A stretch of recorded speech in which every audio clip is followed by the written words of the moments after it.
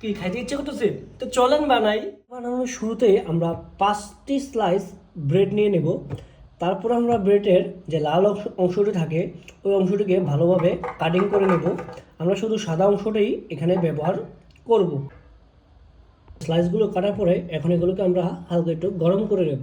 পালা এগুলোকে একটু ছেঁকে নেব।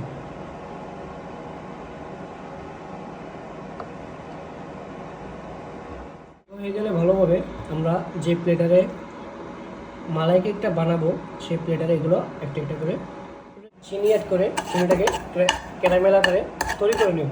1.5 চামচ চিনি ব্যবহার করব। কিছুটা ক্যারামেল এবং লাল রং ধারণ করলে আমরা এখানে মিক্স করব 2 কাপ দুধ।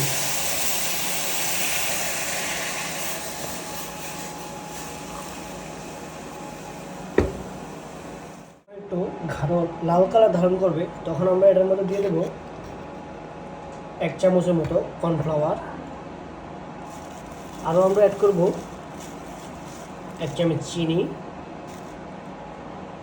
আর মিক্স করা কাজু কাঠ এবং পেস্তা বাদামের 1 চামচ গুঁড়ো। তারপর আমরা এটাকে আবার ভালোভাবে নেড়ে নেব। সর্বশেষ আমরা অ্যাড করব 1.5 চামচের মতো গুঁড়া দুধ। তারপর আমরা আমাদের যে ব্রেডটা তৈরি করে রেখেছিলাম গরম থাকতে থাকতেই গরম মালাই দুধটাই আমরা ব্রেডের উপরে ঢেলে দিতে হবে আর কি। মনে রাখবেন অবশ্যই গরম থাকতেই ঢালবেন।